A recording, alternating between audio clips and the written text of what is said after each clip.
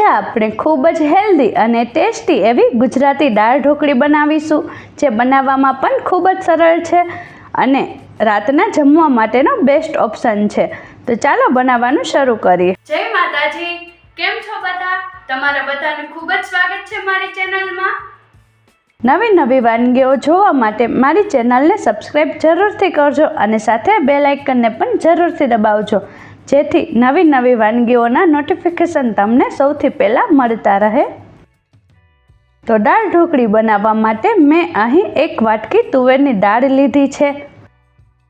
હવે દાળને 2 થી 3 વાર પાણીથી ધોઈને સાફ કરી લઈએ.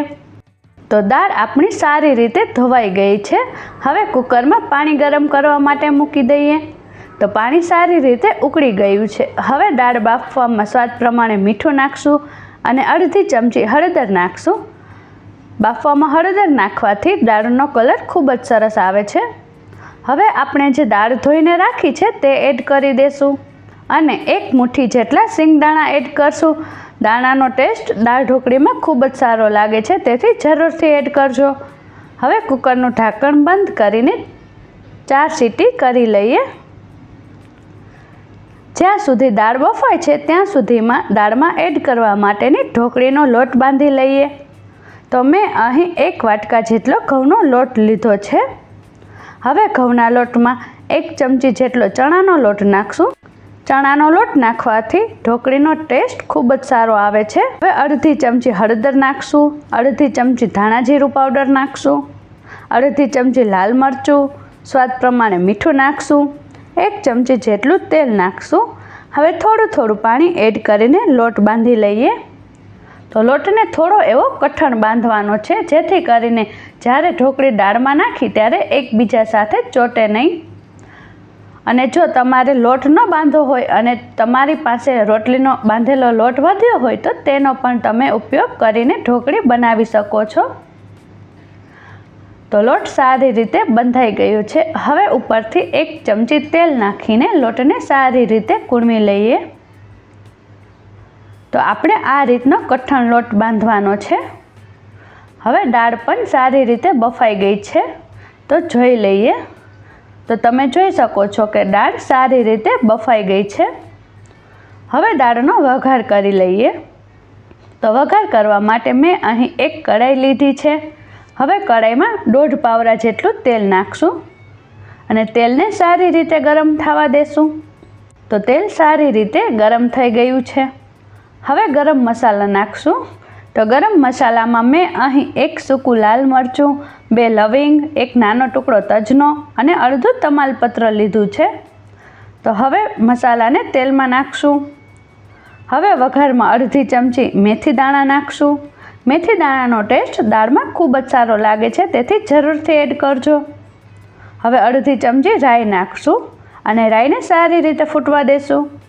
તો રાઈ સારી રીતે ફૂટી ગઈ છે. હવે અડધી ચમચી જીરું અને અડધી ચમચી હિંગ નાખશું.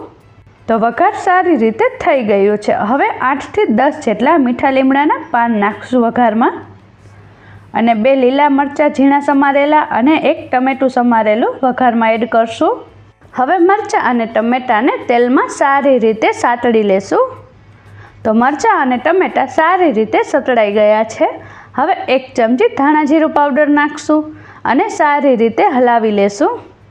હવે આપણે જે દાળ બાફીને રાખી છે તે વઘારમાં એડ કરી દેશું અને કુકરમાં થોડું પાણી નાખીને બધી જ દાળ લઈ લેશું.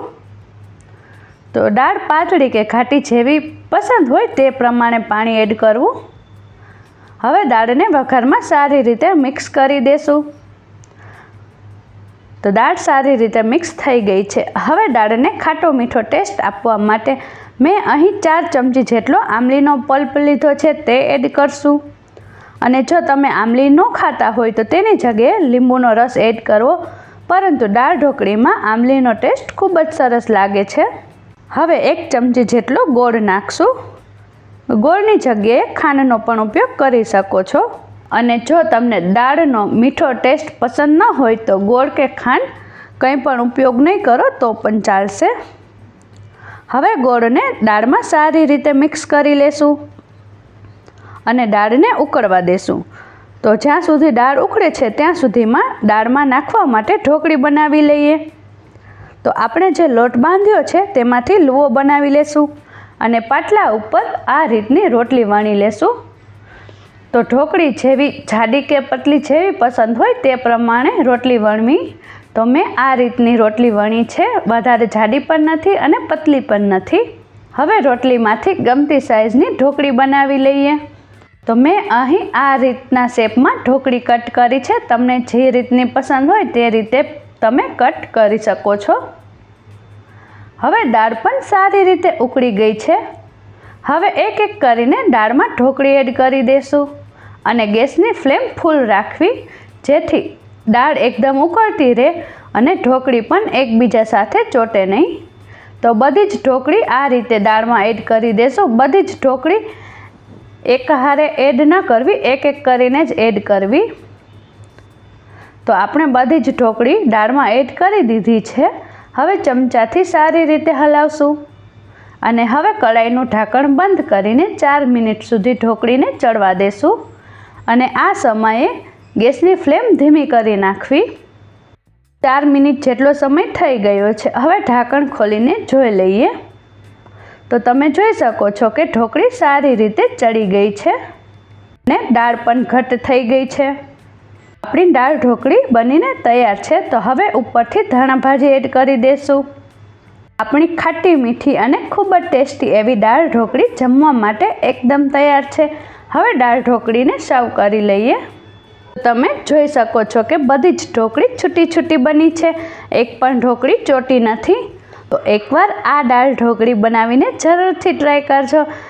તમે જમવામાં દાળ ઢોકળી બનાવશો તો તમારે બીજું કંઈ પણ નહીં બનાવવું પડે અને ઘરના બધા જ લોકોને ખૂબ જ પસંદ આવશે.